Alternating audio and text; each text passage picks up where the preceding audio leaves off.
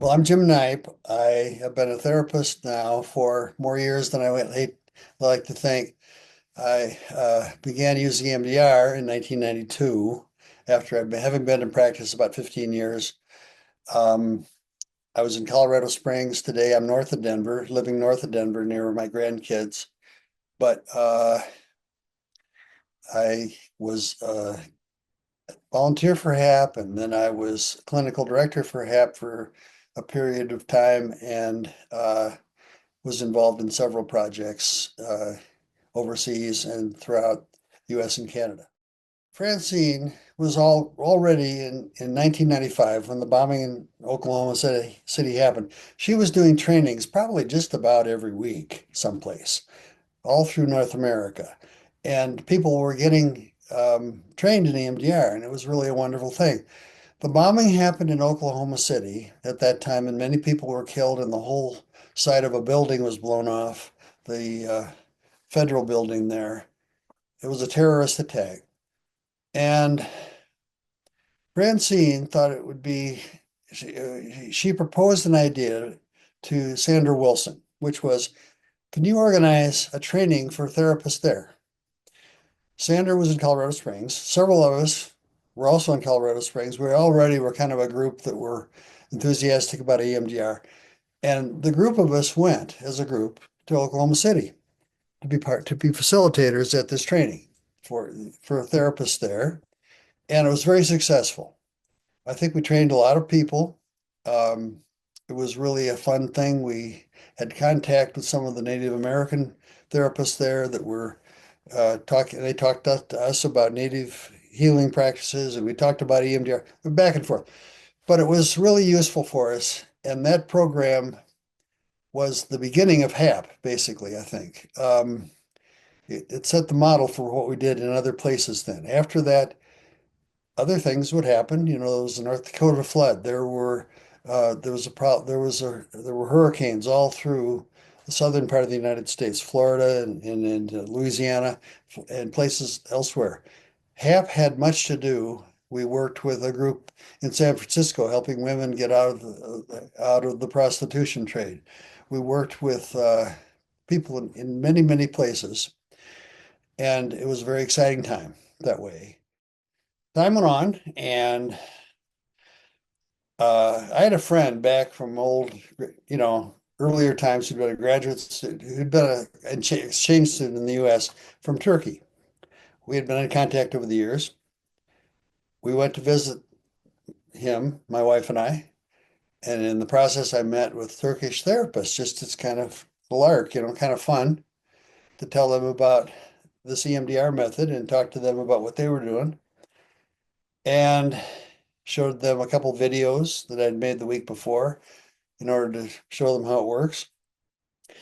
And the head person there was Emery Koenig. He was the one who organized a kind of a meeting of like 5 or 6 people. Well, 2 years later, after we stayed in contact after that, 2 years later, there was a horrible earthquake that went right through Istanbul, right through the shore of the huge inland sea near Istanbul. And in the course of about 5 minutes, probably at least 20,000 people died from buildings coming down. High-rise buildings where people lived along the shore of the Sea of Marmara. And um, and then there were a lot of survivors too that saw death, that lost loved ones. The Turkish Psychological Association, within a within days, not even weeks, within days, organized clinics to go into the tent cities where people were now living because they couldn't go back into their high rises anymore. So we had an extended training, and then we went out, the whole team, those 15 people from the US, from Israel, and from Europe that were facilitators with this training. We were training about 70 Turkish therapists. We went into the tent cities. So here's the situation, if you can imagine it. Um, there is a large tent.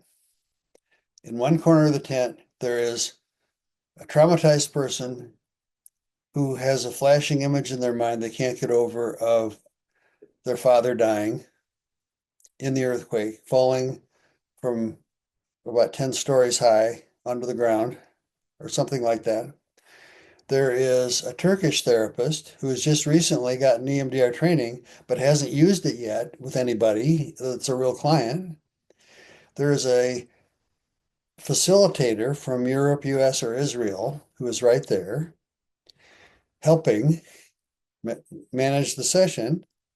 There is a translator right there, make sure that there isn't a problem with language, Turkish to English, back and forth.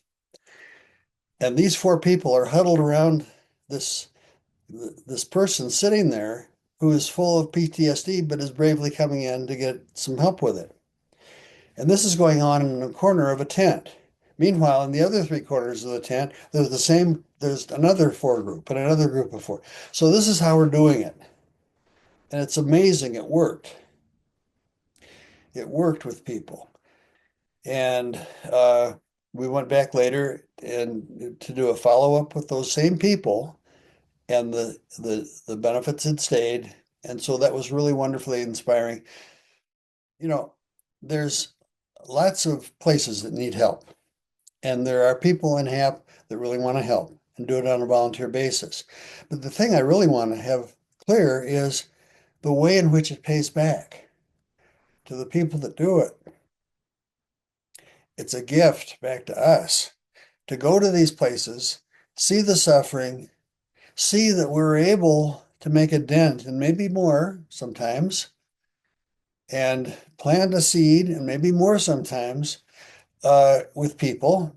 And then we come home to our nice, safe houses here, but something gets continued then.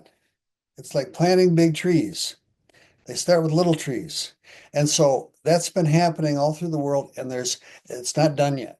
The hope I would have mainly is that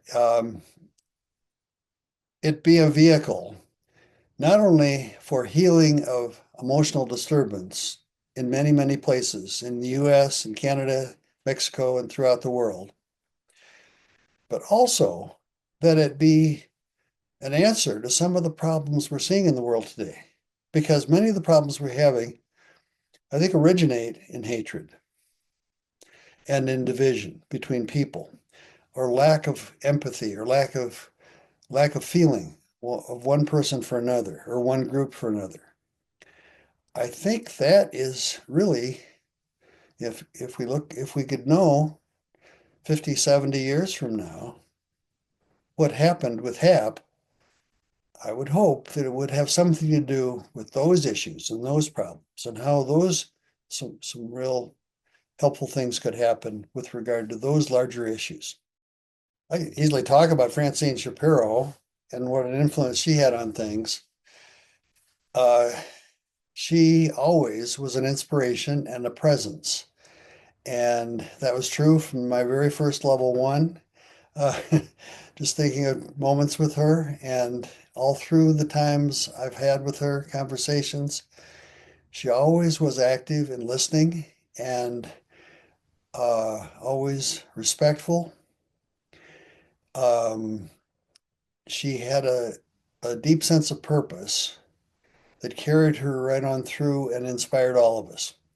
And that was true right from the time I first met her, 92, through the time that I knew her and until she passed. And so she's just been an inspiration to us in terms of her commitment and her sense of how important this work is.